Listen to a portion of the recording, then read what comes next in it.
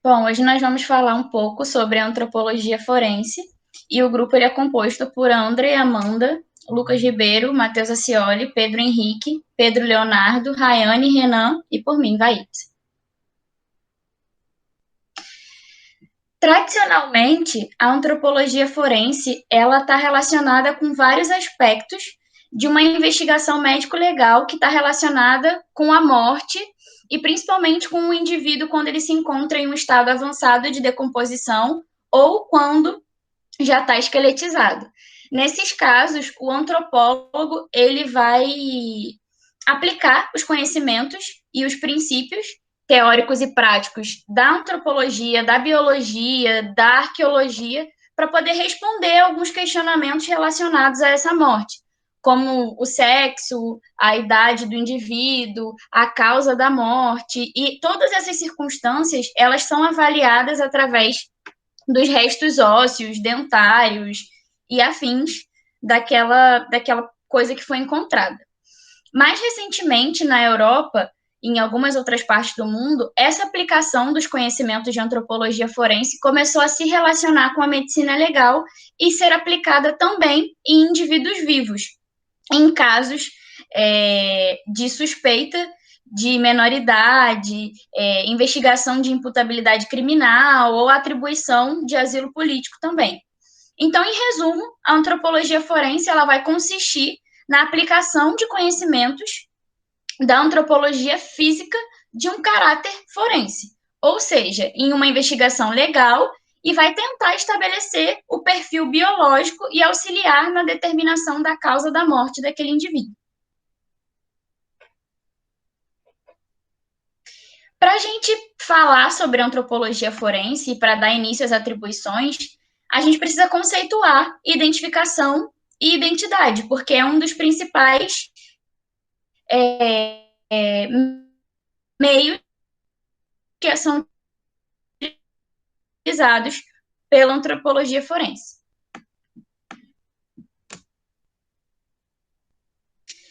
A identidade, ela é o conjunto de características que individualizam uma pessoa ou uma coisa, que vai fazer com que ela seja distinta das demais. Ela vai ser um elenco de atributos que vai tornar algo ou alguém igual apenas a ele mesmo. No dicionário, a identidade ela vai ser definida como uma qualidade de ser a mesma coisa e não diversa, ou seja, ser algo individual, só ele mesmo. E a cada dia que vem passando, as exigências elas são maiores em relação à identidade individual e os interesses da vida civil ou de comércio.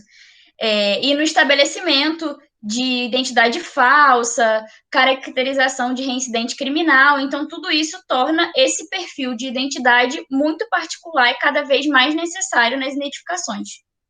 Tudo isso ele está relacionado em relação aos vivos. E acrescentamos nos demais casos de identificação de cadáveres decompostos, restos cadavéricos e esqueletos ou até de peças ósseas. Então, a gente tem essa forma de identidade no indivíduo vivo e aplica nas características dele após a morte de ósseas, restos cadavéricos e tudo mais para conseguir fazer e ter essa identidade. Para facilitar, a identidade ela foi dividida em dois pontos, em objetiva e subjetiva. A primeira ela é aquela que permite afirmar tecnicamente que determinada pessoa é ela mesma, porque ela apresenta uma gama de características positivos que faz com que ela seja distinta das demais.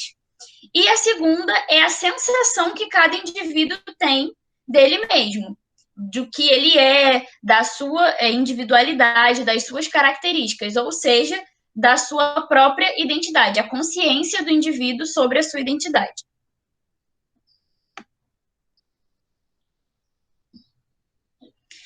Já a identificação, ela é um processo pelo qual vai se determinar a identidade da pessoa ou coisa, ou um conjunto de diligências com a finalidade de levantar a identidade. Ou seja, a identificação, ela é uma forma de proporcionar a identificação, né? Já diz o nome, da identidade daquele ser ou coisa. Portanto, identificar uma pessoa é determinar sua individualidade e estabelecer as características dela e os conjuntos que vão fazer com que ela seja caracterizada como ela mesma e não uma outra pessoa. Os processos de identificação, eles podem efetivar na pessoa viva, em desaparecido, paciente daqueles desastres em massa, ou alguém que tem algum problema psicológico e não consiga lembrar a sua identidade. Então, tudo isso vai ser aplicado a esse processo de identificação. Ou no morto, naqueles casos em que tem cadáveres que não possuem identificação, mutilados, estados avançados de putrefação, entre outras coisas. Ou ainda no esqueleto, quando já tem uma fase de decomposição muito avançada que já está na esqueletização, você também aplica esses conhecimentos de identificação para definir a identidade daquela coisa. Em qualquer perícia dessa natureza, a técnica que vai ser realizada, ela tem 3 fases. Primeiro, vai existir um registro que vai se dispor certas características imutáveis daquele indivíduo que possa distinguir ele de outros. Em um segundo momento, vai ter um registro dessas mesmas características feita posteriormente, na medida em que vai ter um desejo de comparar o que a gente chama de identificação propriamente dita. Ou seja, eu vou identificar isso 2 vezes para poder fazer posteriormente uma comparação entre essas características que foram selecionadas para ver se aquilo realmente é verídico. E, no terceiro momento, essa comparação vai ser feita negando ou afirmando aquela identidade procurada.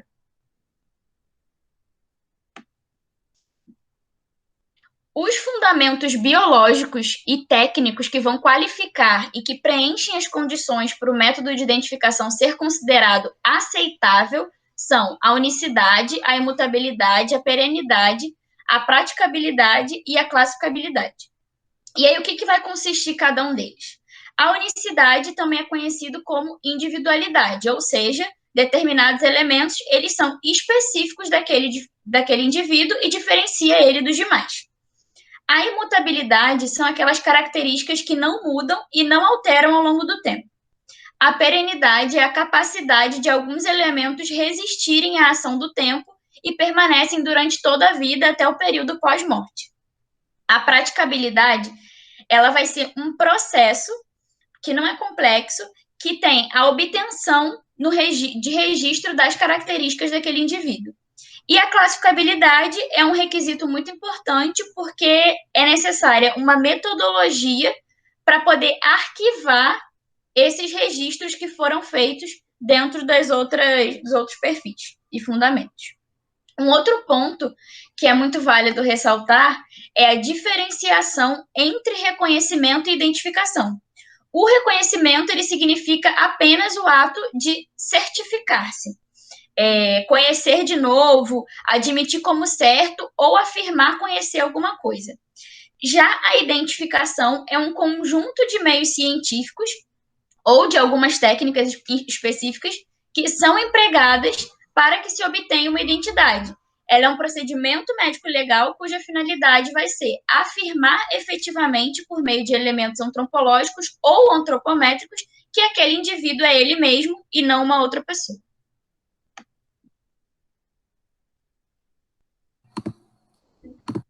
Bom, gente, quem está falando aqui é a Amanda e agora nós vamos passar para a parte de fundamentos biológicos e técnicos para um método de identificação.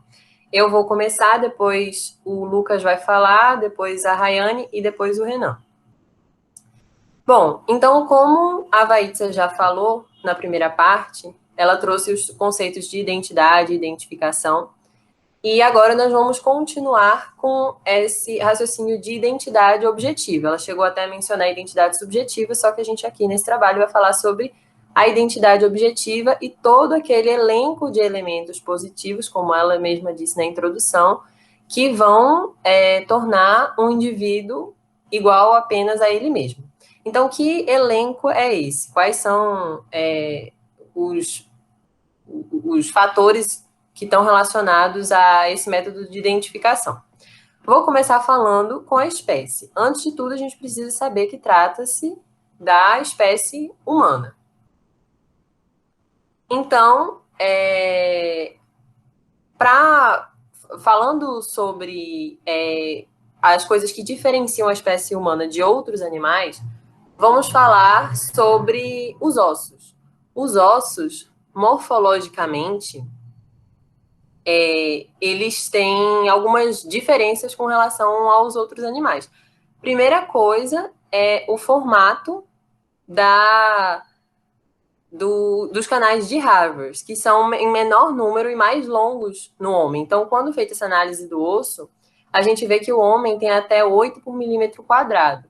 Em outros animais, esse número é muito superior ao do homem, e também o formato dos canais de Harvard é diferente. O formato dos canais de Harvard nos animais são circulares e tem um diâmetro inferior a 25 milímetros. No caso do homem, esse diâmetro é superior a 3 milímetros. Então, essas diferenças são básicas de se estabelecer. Então, morfologia, dimensões e também o número de canais de Harvard é diferente. Com relação ao sangue do indivíduo, a gente primeiro precisa ter certeza de que aquela mancha ou aquela amostra é realmente de sangue. Então, para ter certeza de que se trata de sangue, a gente vai fazer uma técnica muito simples que consiste na procura dos cristais de Teichmann. E para identificar esses cristais, é só colocar o material sobre a lâmina e aí cobrir o material com uma lamínula e colocar uma gota de ácido acético glacial, levando-se ao calor para ocorrer evaporação lenta e repetindo isso algumas vezes ao longo do processo. E se for realmente sangue humano, a gente vai levar a lâmina ao microscópio e vai observar a presença desses cristais de Teichmann, de forma rômbica, alongados, na cor chocolate, que podem estar isolados ou em grupos, ou em forma de charuto ou de roseta, conforme a disposição que se encontrarem. Mas eles vão estar bem característicos ali, para a gente ter certeza de que aquilo é sangue. Tem também a técnica de Adler, na qual é empregada uma solução saturada de benzidina em álcool a 96 graus, ou em ácido acético, e essa solução é preparada no momento em que for ser usada para fazer o teste.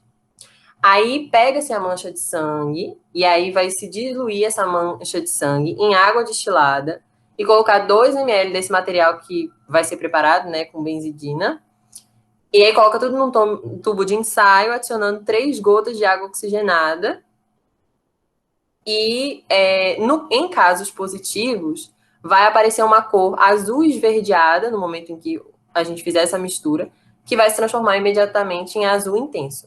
Então, isso também confirma que é sangue. A amostra realmente é de sangue. Depois, então, que a gente já tem certeza de que aquilo é sangue, a gente vai fazer a identificação específica, né? Saber se realmente se trata da espécie humana. Então, a dimensão dos glóbulos sanguíneos, a presença ou não de núcleos, tudo isso é importante para a gente dizer se trata do homem ou não. Nos mamíferos, por exemplo, as hemácias são anucleadas e circulares. No homem, elas medem aproximadamente 7 micra. E nos demais vertebrados, apresentam-se nucleadas e elípticas. Então, se você encontrar uma hemácia que não tem essas características do homem, não se trata da espécie humana. Mas, assim, o método mais seguro é o da albuminoreação, ou processo de Uhlenhuth, que consiste em colocar o sangue pesquisado em contato com o soro preparado com diversos animais. E aí, se você obter um soro precipitante para o antígeno humano, então nós temos que o soro sanguíneo é realmente da espécie humana.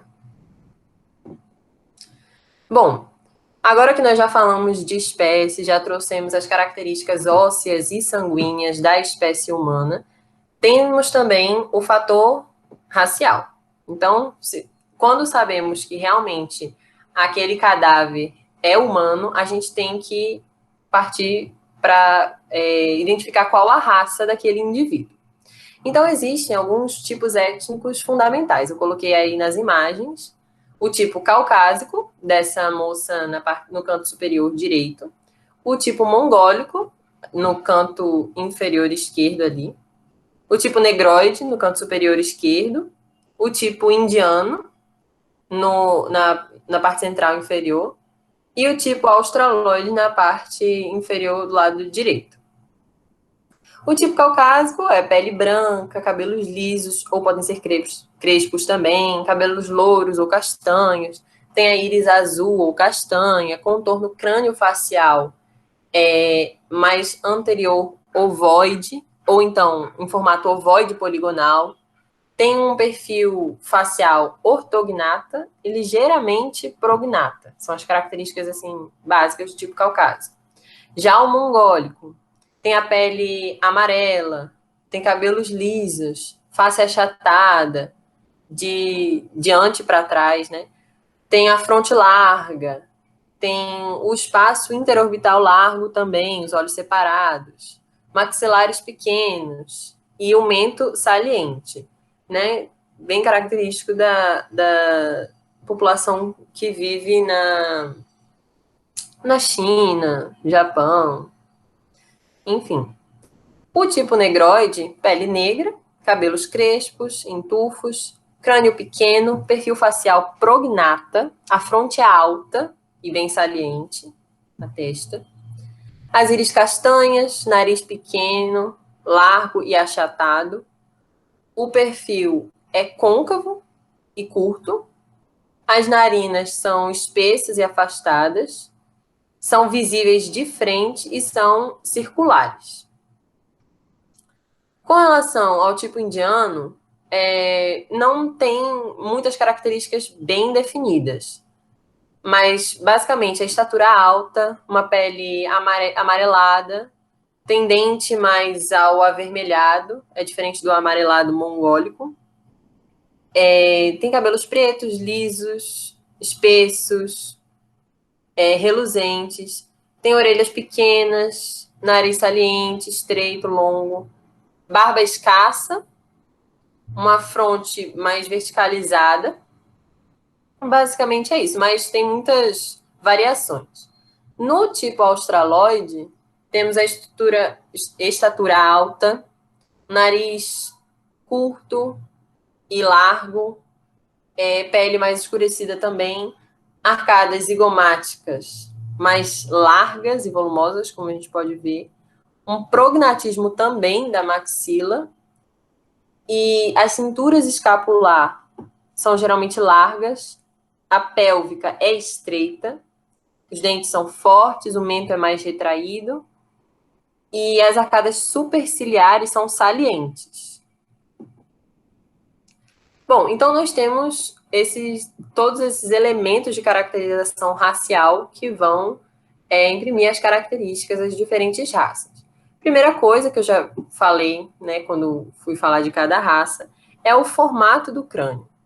Então, a gente vai classificar o formato do crânio de acordo com figuras geométricas, vistas de cima para baixo e de diante para trás. Então, assim, quando vistas de cima para baixo, existem as formas longas, doliocrânios, as curtas, que são braquicrânios, e formas médias, que são mesocrânios. Mais uma vez, quando vistos de cima para baixo. Quando vistos de diante para trás, assim, de perfil, a gente vê crânios altos e estreitos, que são os ternocrânios, baixos e largos, que são os tapinocrânios, e os de forma intermediária, que são os metriocrânios. E, por fim, quando vistos lateralmente, são vistos em crânio alto, ipsicrânios, baixos, platicrânios e intermediários, mediocrânios. Então, de cima para baixo, de diante para trás e vistos lateralmente. Temos essas três classificações.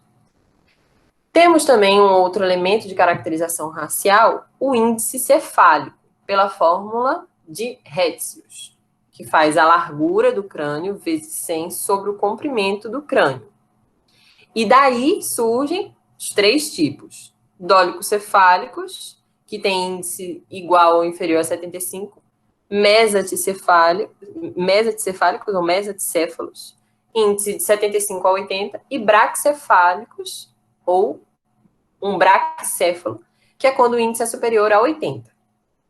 Outro elemento de caracterização racial é o índice tíbio-femoral, que vai diferenciar negros de brancos mais claramente, né? Então, como a gente vê nessa tabelinha, o índice tíbio-femoral é o resultado da divisão do comprimento da tíbia vezes 100 pelo comprimento do fêmur. No caso dos brancos, é inferior a 83 e dos negros superior a esse índice. E também nós temos o índice rádio-humeral, que é o resultado da divisão do comprimento do rádio vezes 100 pelo comprimento do húmero, em que nos negros é superior a 80 e nos brancos é inferior a 75. Então, também dá para fazer essa diferenciação.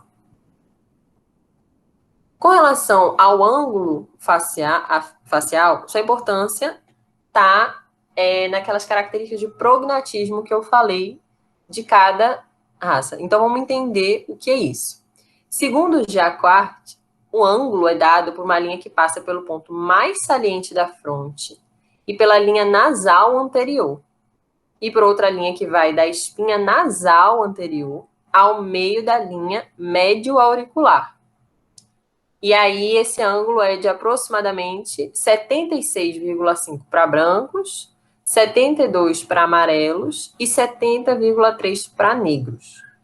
Então, como a gente vê nessa imagem, o ângulo formado em 1, que é o ângulo de Jacquard, é o que vai fazer vai ter esses diferentes números para a raça caucásica, para a mongoloide e para a negra. Outros ângulos importantes também são os de Cuvier e o de Cloquet. O de Cuvier é uma linha que passa pela parte mais saliente da fronte até o ângulo dentário superior, e outra linha que vai do ângulo dentário superior até o conduto auditivo externo. Aí vai fazer aquele ângulo 3 ali. E no caso eu tô falando do de Cuvier primeiro. No caso da raça caucásica é de 54 graus, da raça mongoloide de 53 e da raça negra de 48. Já o de Cloquet é o que vai uma linha que vai da parte mais saliente da fronte até o ponto alveolar e outra linha que vai do ponto alveolar até o conduto auditivo externo. E é o que a gente vê ali no número 2 na imagem. Aí, no caso da raça caucásica, esse ângulo já é geralmente 62 graus, para a raça mongoloide é de 59,4 e para a raça negra é de 58. E, por fim, nós temos a anatomia dentária, no que diz respeito à cúspide do primeiro molar inferior.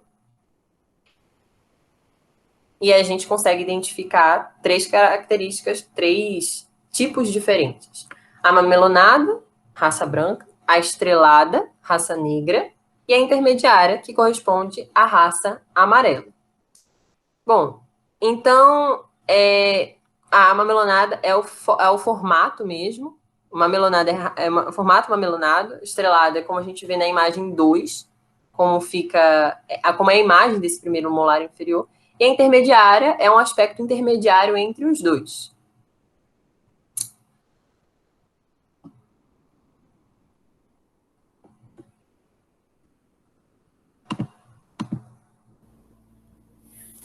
Boa tarde. Agora, sobre a identificação pelo sexo, é válido já salientar que não é algo tão complexo e que, hoje em dia, não podemos falar mais em apenas um sexo. Existem por volta de mais ou menos uns 9 tipos de sexo. O morfológico, que é classificado de acordo com o fenotipo. O cromossomial, que é feito pelo cariótipo XX, XY. O gonadal, que classifica em feminino quem tem o ovário e masculino quem tem testículo. O cromatínico, que avalia a presença ou não do corpúsculo de Barr. O da genital interna, genital externa. O jurídico, que é para critério de registro civil.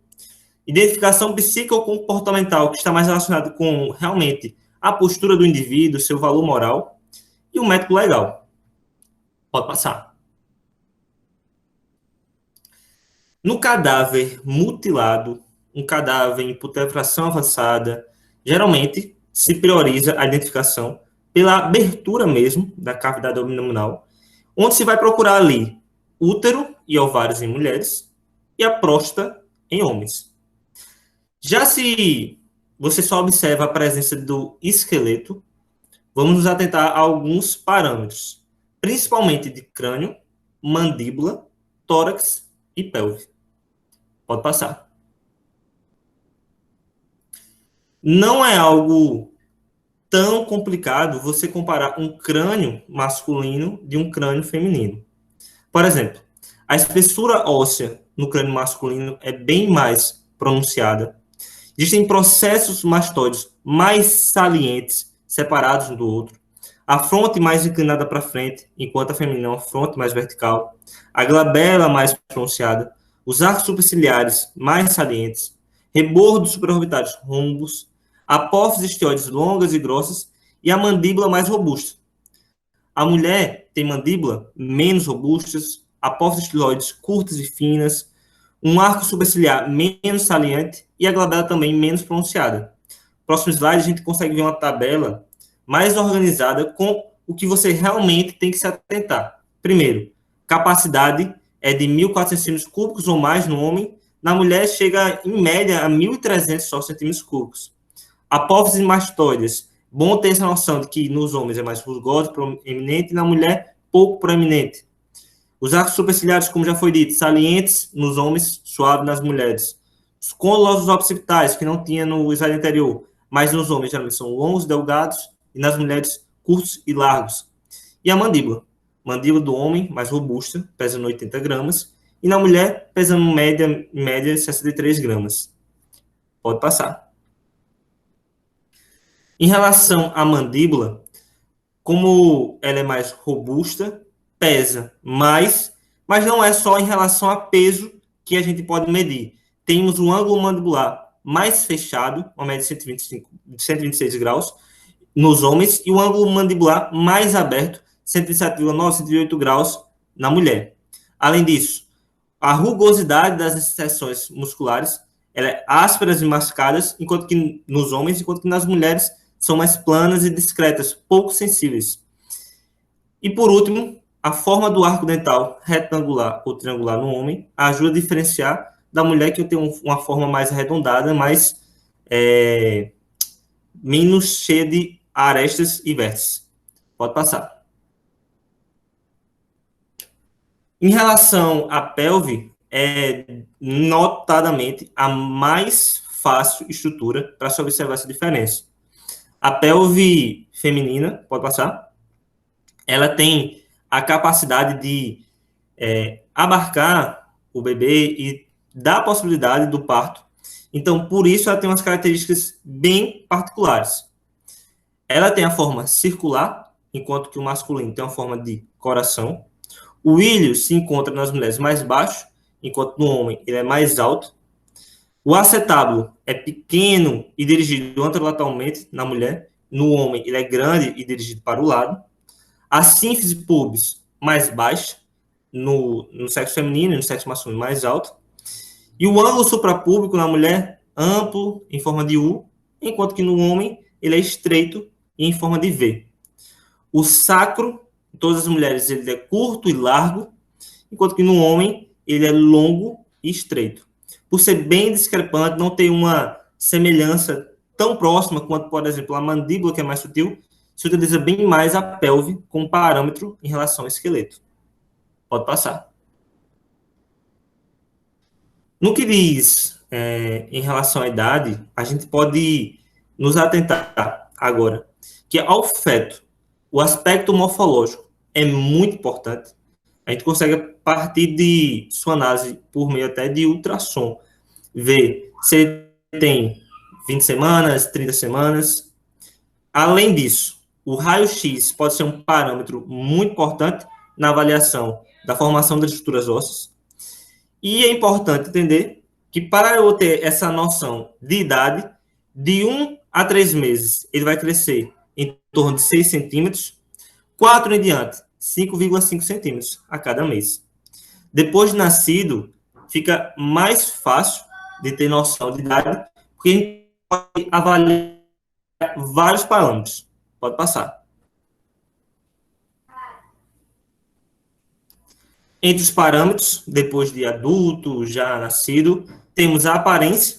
É muito tranquilo você diferenciar um recém-nascido de um jovem de um ancião.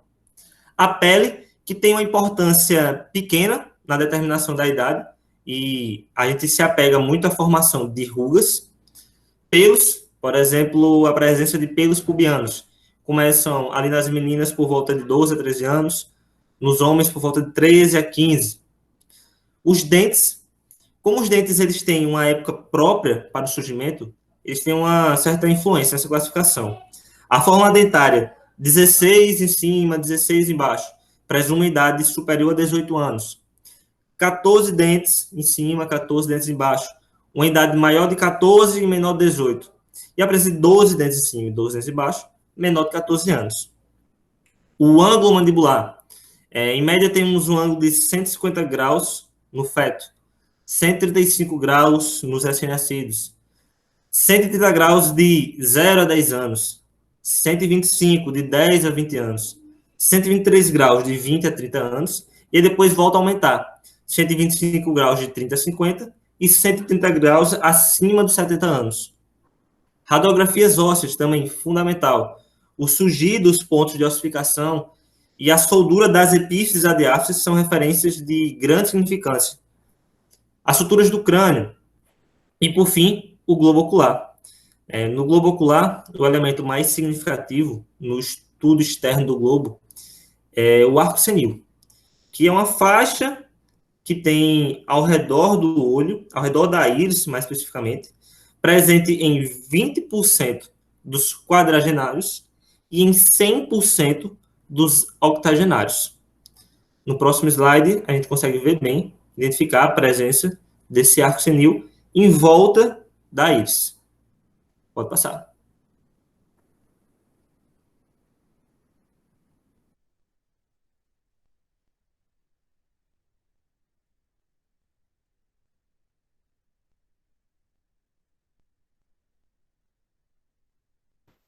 Eu acho que pode passar, Amanda.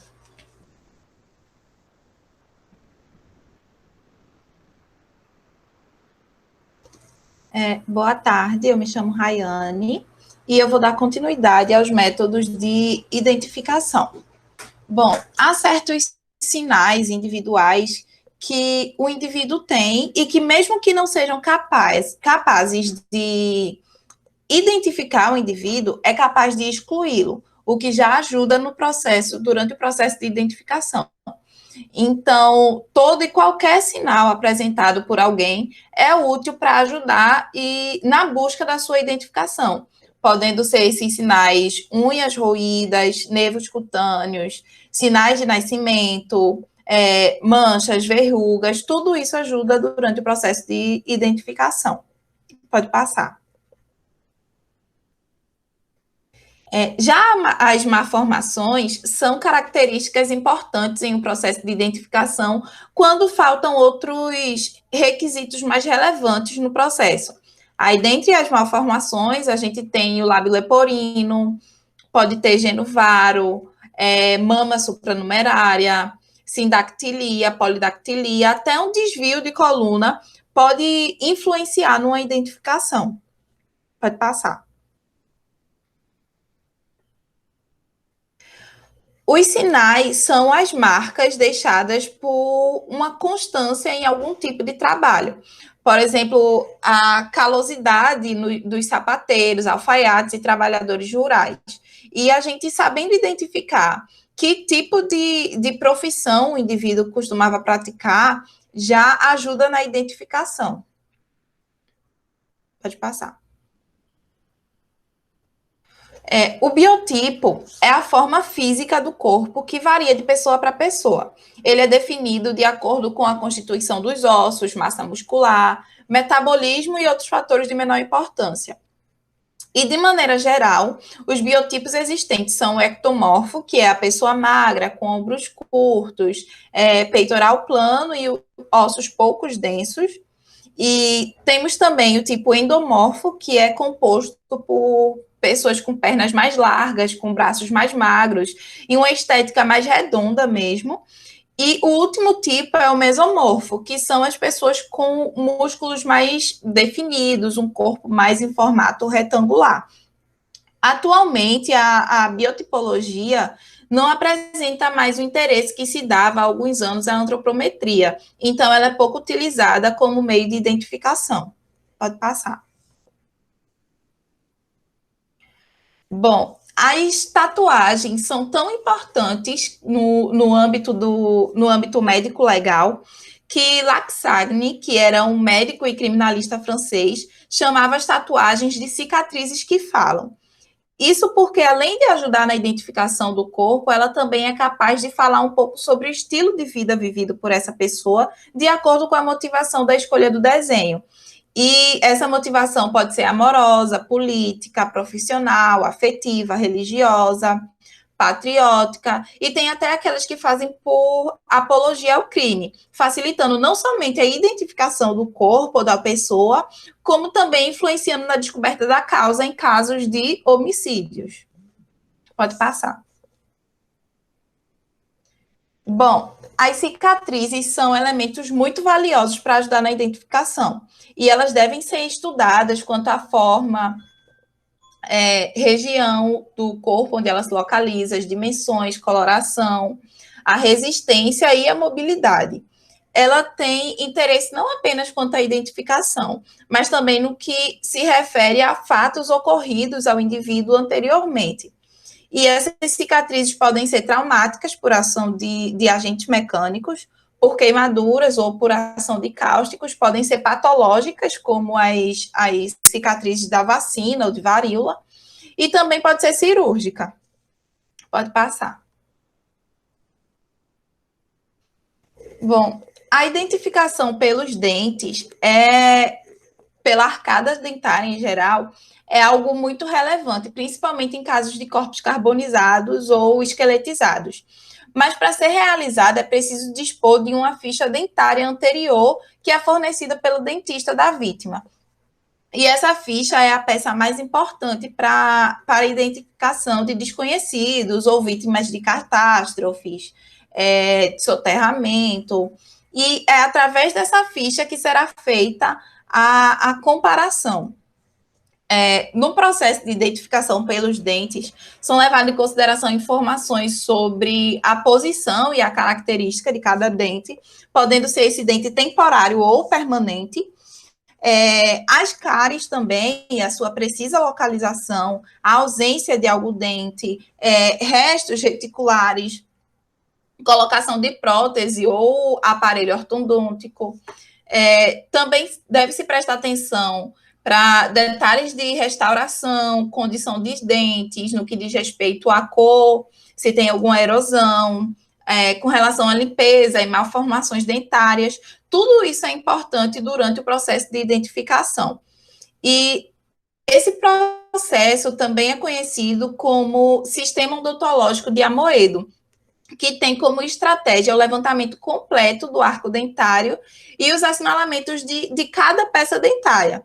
Então, é avaliado o arco dentário em conjunto, como um todo, mas também cada dente individualmente, dando atenção a cada marca específica do dente. E esse método funciona como um conjunto individualizador de cada indivíduo, pois cada pessoa tem o seu próprio conjunto. Algumas alterações adquiridas durante a vida também são significativas no processo de identificação, como os desgastes dos dentes de fumadores de cachimbo, ou de pessoas com história de bruxismo, que são os rangedores de dentes, né? Das pessoas que roem unha também, dá para ver isso nos dentes, o escurecimento dos dentes de fumantes, E outro elemento muito significativo nesse método é o estudo do conjunto de dentes, que são os arcos dentários propriamente ditos.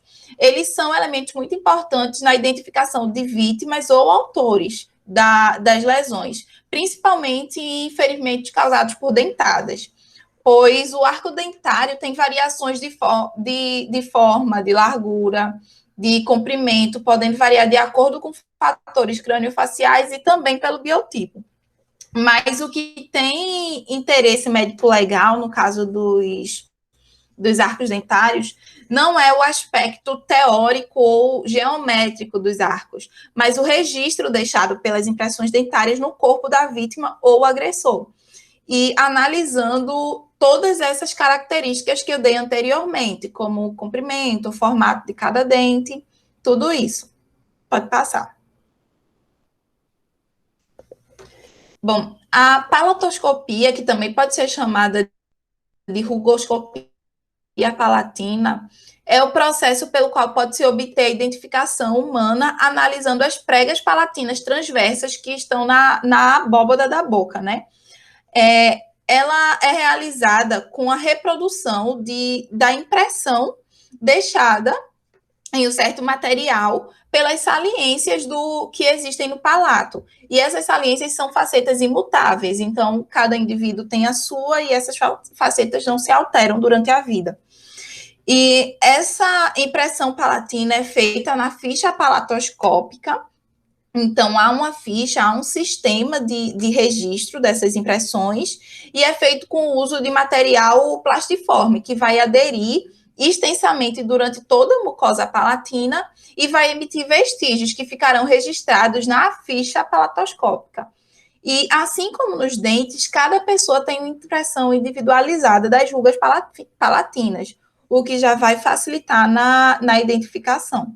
Pode passar.